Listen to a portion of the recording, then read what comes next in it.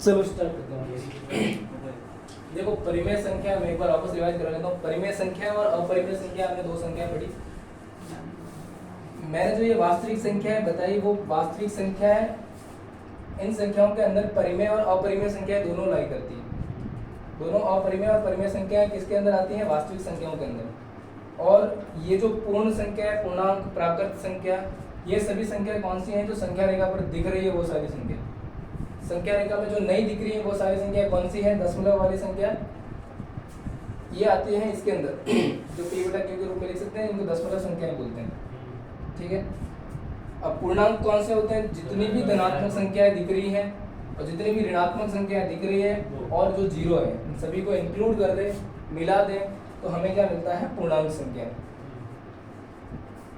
और पूर्ण संख्या कौन सी है? ये वाली पूर्ण संख्या, जीरो से लेकर के अनंत तक धनात्मक, ये सारी पूर्ण संख्या है। और जीरो को हटा दे तो सारी क्या है? प्राकृत संख्या। तो संख्या आपको क्लियर होगी। ठीक है, लिख लिया ये पूरा। तो जब संख्याओं का थोड़ा बहुत अध्ययन हो चुका है तो इसके बाद में संख्याओं की दो अलग अलग रूप और आते हैं, जो कुछ टूट जाते हैं और कुछ नहीं टूटते हैं, जिनको हम अपनी भाषा में बोलते हैं अभाज्य, और दूसरी होती है भाज्य। कुछ टूट के बिखर जाते हैं और कुछ टूटते ही नहीं। इनको बोलते हैं प्राइम नंबर,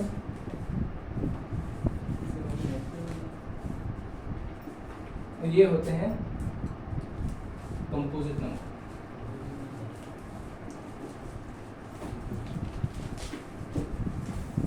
कौन से प्राइम नंबर होते हैं और कौन से कंपोजिट होते हैं? देखो, प्राइम नंबर वो होते हैं, वैसे तो नाम से स्पष्ट है, क्या बोल रहे हैं? अभाज्य, जो टूटते ही नहीं है, यानी कि जिनके गुणनखंड नहीं होते।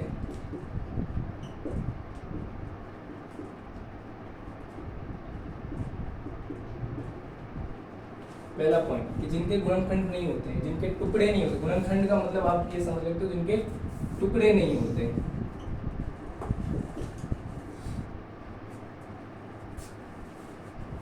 कौन कौन सी संख्या होती है? मैं एक बार सारे प्राइम नंबर लिख लेता हूँ, 1 से लेकर के 100 तक। ध्यान देना इधर। तो दो सबसे छोटी प्राइम नंबर होती है और सबसे ओनली सम प्राइम नंबर होती है। मैंने जो नंबर बताया उसमें सम और विषम कौन सी होती है तो पता है ना? जो दो से भाग जिसके अंदर दो के भाग जाता है वो सारी सम संख्या होती है, जिसमें दो का भाग नहीं जाता वो विषम संख्या होती है। अब ओनली सम कौन सी है? दो। बाकी सारी विषम संख्या 3, 5, 7, 11, 13, 17, 19, 23, 28, 29, 31, 33, 34, 37, 48, 43,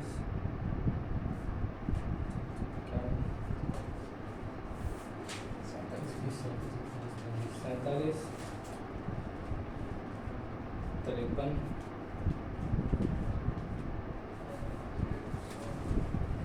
54,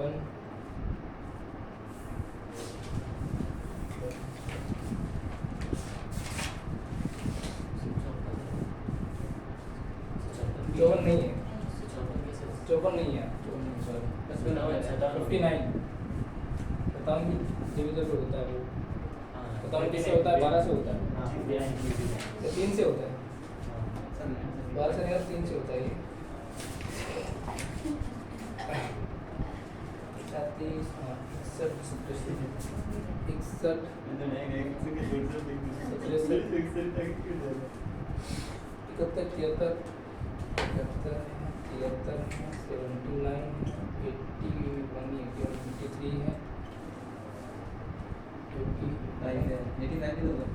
85 डिवाइड होता है 5 से। ये 100 तक की टोटल प्राइम नंबर है। 25 होगी गिनती देखो।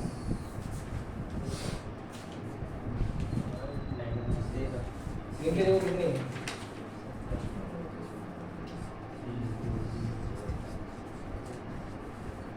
26 है। ज़्यादा कौन सा है? 33 and 33। मैंने ज़्यादा कौन सा लिख लिया? नहीं 27 ही होगी, नहीं ये 25 ही होगी, देख लेंगे तो 25 ही होगी, तो मैंने ज़्यादा लिख लिया। 25 है ना सर? 25 ही होगी, ठीक है। इसमें ये नोट लिख लेना, और नोट लिखने की जरूरत नहीं, वैसे आपको पता है, मैंने बता दिया कि 2 सबसे छोटी है और ओनली प्राइम नंबर है। अब लिख लो चाहे तो ज़्यादा बेटर है। और भाज्य संख्या कौन सी होती है? भाज्य संख्या वे संख्या होती हैं जिनका गुणनखंड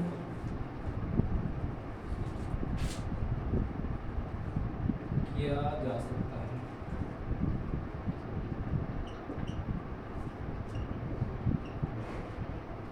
जिनको 2 या अन्य संख्याओं से तोड़ा जा सकता है, जैसे फॉर एग्जांपल 4, 6, 8, 9, 10, 12, 13, 12, 14, 15, 16, 18, 20, 21, 22, 24, 25 एटसेट्रा, जितनी भी संख्या, जितनी भी आपको, मतलब इन संख्याओं के अलावा जितनी भी स्वतंत्र संख्याएं हैं, वो सारी संख्याएं कौन सी हैं? भाज्य संख्याएं, कंपोजिट नंबर, जिनको हम जिनका गुणनखंड किया जा सकता है, जिनको तोड़ा जा सकता है। हाँ, दो इधर आ गए ना प्राइम नंबर में, इसलिए मैंने बोला कि प्राइम नंबर जो है वो ओनली सम नंबर है, सबसे छोटा 2, और मतलब सबसे छोटा है और 2 इधर ये प्राइम नंबर है। अब आपके मन में डाउट तो ये आना चाहिए कि 1 नहीं है सर, 1 क्यों नहीं लिखे? 1 ना तो इधर है ना इधर है, तो 1 किधर है? तो नोट में ये लिख लेना,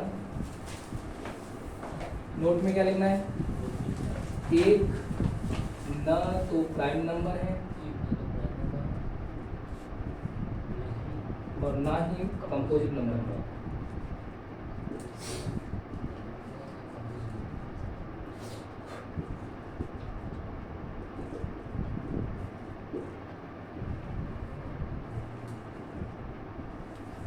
ना तो प्राइम नंबर है और ना ही कंपोजिट नंबर है। ऐसा क्यों माना जाता है? क्योंकि ना तो 1 को तोड़ सकते हो आप, और ना ही मतलब 1 को तोड़ करके और कितना डिवाइड करोगे? कोई चांस ही नहीं है इसको तोड़ने का। गुणनखंड ना तो इसके ना इसमें किसी का भाग जाता है, और अगर दूसरा देखें कि सबको तोड़ मतलब इसका गुणनखंड अगर किसी में भी भाग दे तो 1 का भाग तो किसी में भी चला जाएगा, तो जिसका भाग सभी में जा रहा है फिर वो कैसे उसका कैसे गुणनखंड कर सकते? तो इसलिए इसको ना तो कंपोजिट रखा है और ना ही क्या रखा है, ना तो प्राइम रखा है और ना ही कंपोजिट रखा है। नेक्स्ट है, अब ये हो गई, इनके बाद में आती है, लिख लिया ना ये सभी? लिख लिया? मिटा रहा हूँ ना?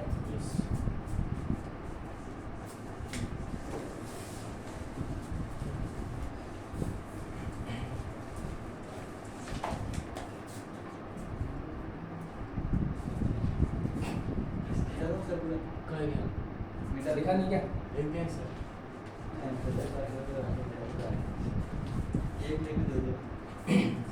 गणित से वैसे बहुत कुछ सीखने को मिलता है यार तुम्हें। किसी शायर ने कहा है कि गणित जो है या मैथमेटिक्स एक ऐसा सब्जेक्ट है, या अगर किसी ने, भगवान ने दुनिया बनाई है तो ज़रूर वो बहुत बड़ा मैथमेटिशियन रहा होगा, क्योंकि गणित किसी भी चीज़ को इतना अरेंज वे में रखती है, जितना व्यवस्थित रूप से पृथ्वी पर जितने जीवों को या प्राणियों को रख रखा है, हर एक चीज़ के लिए एक अरेंजमेंट, मतलब आप देखते हो कि इंसान के जितना बुद्धिमान हर कोई प्राणी नहीं है, ये तो आप सभी मानते हो, लेकिन इसके अलावा भी जितने प्राणी हैं वो सभी भी अपना बेसिक नीड्स पूरी करते हैं, बजाय कमाए, मतलब बिना पैसों के पीछे भागे, क्योंकि वो सारी नीड्स पूरी होती हैं जो इंसान को चाहिए। उनका जो एक अरेंजमेंट है कि कौन सी सर्कल, मतलब किस तरीके से किस जीव के लिए क्या चाहिए, किस जीव के लिए क्या चाहिए, वो पूरे जो लाइफ सर्कल है वो कितने अरेंज वे में है। जरूर मैथमेटिक्स का बहुत बड़ा रोल है लाइफ में। अगली जो नंबर्स हैं वो है वर्ग संख्याएं। कौन से हैं? वर्ग संख्याएं, जिनको हम इंग्लिश में बोलते हैं स्क्वायर नंबर।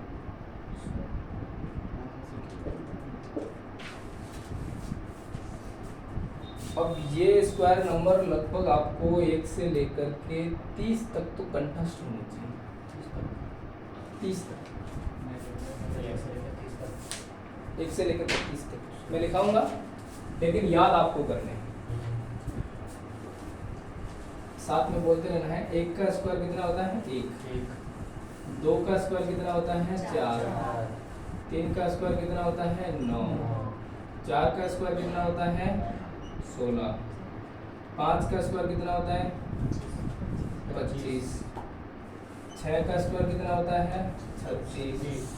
7 का स्क्वायर कितना होता है? 49।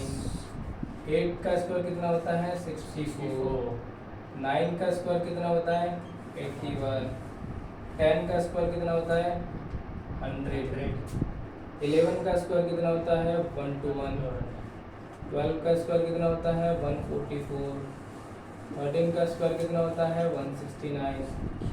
14 का स्क्वायर कितना होता है? 196। 15 का स्क्वायर कितना होता है? 225। 16 का स्क्वायर कितना होता है? 256। 17 का स्क्वायर कितना होता है? 289। 18 का स्क्वायर कितना होता है? 324। 19 का स्क्वायर कितना होता है? 381। और 20 का स्क्वायर कितना होता है? 400।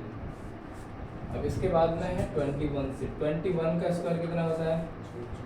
441, मतलब 441। 22 का स्क्वायर कितना होता है? 484, 484। 23 का स्क्वायर कितना होता है? 529। 24 का स्क्वायर कितना होता है? 576। 25 का स्क्वायर कितना होता है? 625। यहाँ से 26 का स्क्वायर कितना होता है? 676। 27 का स्क्वायर कितना होता है? 724, 724, 729। 28 का स्क्वायर कितना होता है? 784। 29 का स्क्वायर होता है 841। और 30 का स्क्वायर कितना होता है? 900। 30 तक तो आपको किसी भी हाल में कंठस्थ होने में चाहिए, आपको कैसे भी करना है।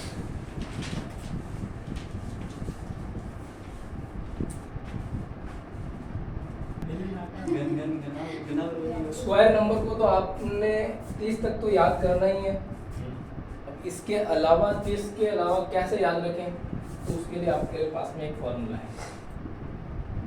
हालांकि ये भी अगर याद नहीं हो रहा है तो ये भी याद मैं करवा सकता हूँ। फॉर्मूला वही है, इसके लिए एक फॉर्मूला दे रहा हूँ मैं। उस फॉर्मूले के माध्यम से अब तक जो याद नहीं हुआ ना वो आप निकाल सकते हो। कैसे? फॉर्मूला लिख लेना आप कि जहाँ पर भी 2 अंक हैं और उसके ऊपर स्क्वायर दे रखा है, स्क्वायर दे रखा है सी, तो इसको कैसे सॉल्व करना है? पहले जो नंबर अंक दिख रहा है उसका करना है स्क्वायर, फिर जो दूसरा दिख रहा है, 2 लाइन खींचनी है पहले तो, दूसरा जो दिख रहा है इधर उसका स्क्वायर करना है। अब इन दोनों को आपस में गुणा करना है और फिर मतलब कुल मिला के इन तीनों को गुणा करना है, ए बी और सी। समझ आ गया? अब इनको सॉल्व करना है। सॉल्व कैसे करना है? सबसे बड़ी इंपॉर्टेंट बात तो ये कि जैसे मान लो मैंने कोई भी 1-2 अंक वाले कोई भी संख्या आपके हिसाब से बताओ मेरे को। 64 का स्क्वायर मुझे फाइंड आउट करना है। तो सबसे पहला अंक कौन सा है? 6 का स्क्वायर कितना होता है? 36। दूसरा अंक कौन सा है? 4 का स्क्वायर कितना होता है? 6 चौक 24, 24 दूना 48, तो 48 मिल गया फिर। अब मैं अलग अलग करके ही बताता हूँ तुम्हें। 4 × 2, ठीक है। नेक्स्ट स्टेप क्या है? 36, ये 48 और ये 16 है। अब इनको कैसे जोड़ना है जानना। जो इकाई के नंबर है वो तो लिख देना है जैसे कि जैसे इनकी यहाँ से पीछे से शुरू होना है, शुरू इधर से होना है, और जो इकाई के नंबर दे रखे हैं उनको लिख दो, आगे जो नंबर दे रखे हैं उनको कैरी कर दो और ऐड कर दो। 48 में 1 ऐड हुआ तो 49 क्या बचा? 4 को कैरी किया, क्या बचा? अब कैलकुलेटर निकाल के देखो कि 4096 इसका स्क्वायर मिलेगा। 4006 यही है। अगर आप ऐसे नहीं कर पाओगे, मतलब अगर आपको कर दिया 64 ने 64 गुणा कर दिया। हाँ नहीं वो तो ठीक है, वो तो आप मुझे जैसे उसको तो कर लिया, ठीक है। हाँ वो तो ये सारा यही बच रहा है फिर, और क्या है? 64 को 64 से ही करना है, गुणे गलत कर तो करना ही है। अब तुम गुना करोगे तो कैसे करोगे कि 64 को तो 4 से करोगे नहीं। 64 का अगर पढ़ा तुम्हें आता तो फिर दिक्कत ही नहीं थी, फिर तो तुम सीधा याद रख लेते। तो मैं जल्दी कर दिया।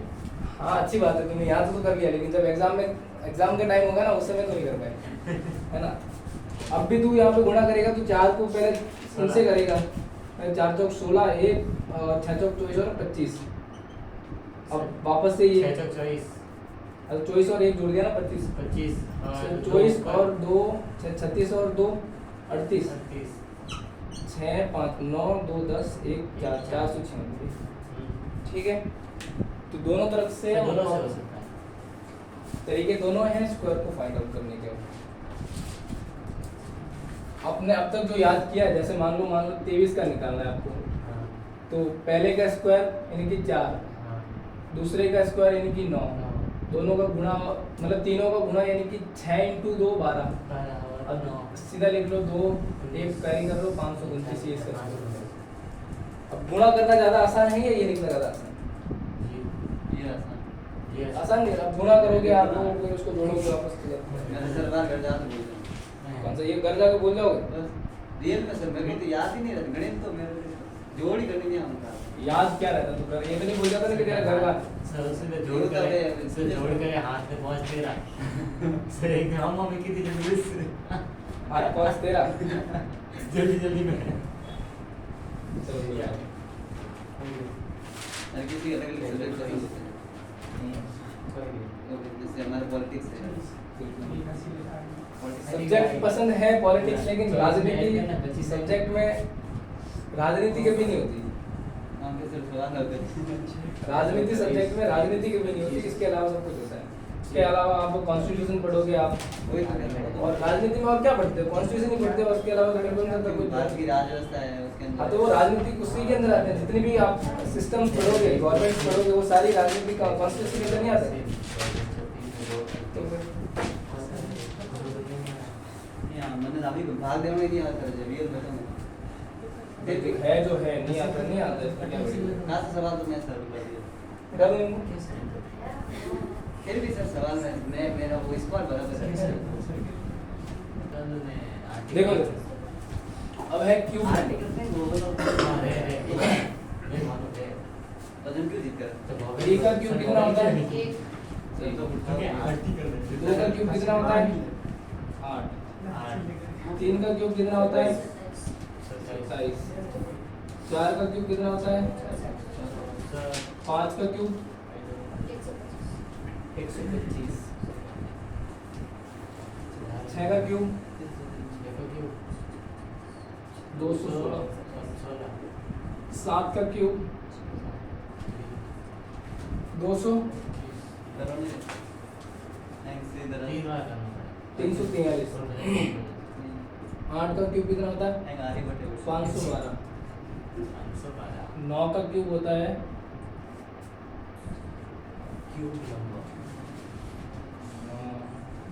729। 10 का क्यूब होता है सर नंबर बताओ मतलब तो बताया कौन? हाँ? सर और मतलब नहीं बताया सर। मैंने बताया ना, एन ऑरेंज बताया था।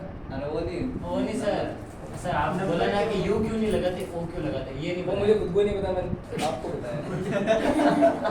सीधी बात है भाई, नहीं पता तभी वो आर्टिकल में इतने गूगल में पूछ लो, गूगल में। गूगल को नहीं पता, पता है। नहीं पता गूगल को भी पूछ लो। मेरे पास है, देख लो। इसीलिए तो तुम लोगों से पूछ रहा हूँ, गूगल को पता होता तो गूगल से पूछता हूँ, तुमसे क्यों? ये इसने पूछा। बारह से ये गणित के बारे में मैंने गणित के सर्वर खड़े कर मैंने कह दिया साइन कॉस टेन कभी काम नहीं आता। नहीं आएंगे, सही नहीं है, मैं खुद कह रहा हूँ, मैं मैथ कैसे में नहीं? Sine 17/28 sorry.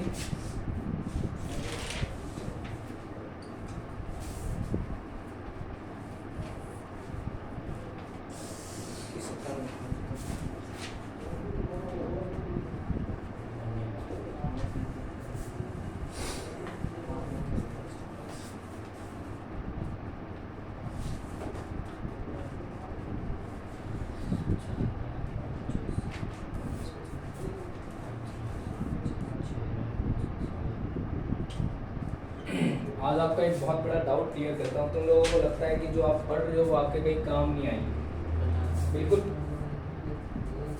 ये लगता है ना आप लोगों को? मैंने बिल्कुल नहीं बोला। नहीं, जैसे अब तूने बोला मेरे को, जैसे मैंने मैंने गणित के बारे में बोला। गणित के बारे में बोला, तो अगर मैं ये कहता हूँ कि जो तूने पढ़ा है हिस्ट्री, पॉलिटिक्स, जियोग्राफी, वो कहीं काम नहीं आने वाली, तो बात तो वही है। उसके लिए कह ही रहा। तो उसके लिए क्यों कहेगा? तू वो सब्जेक्ट लेके बैठा है, वो कहेगा तो तेरे से बड़ा मुझ कोई है। तो तू ये कहेगा कि भाई हिंदी ये जो भी मैंने पढ़ा है वो कहीं काम नहीं आएगा मेरे, तो फिर तू तेरे से बड़ा, तो तेरे को एक चीज़ पता थी तो तूने क्यों लिख दी वो? बात ये है कि तुम जितनी बड़ी प्रॉब्लम से फेस करोगे, तुम्हारा माइंड उतना ही बड़ा होता जाएगा, उतना ही बड़ी समस्याओं को हैंडल करने के लिए कैपेबल हो जाएगा। जैसे अगर वीडियो बता वीडियो चालू है, सर बैटरी कम है। क्या करना है? सर की बैटरी जितना आ गया वो ऑप्शन आ गया क्या बैटरी कम। Go to high 800। चलो ये नोट डाउन कर दो।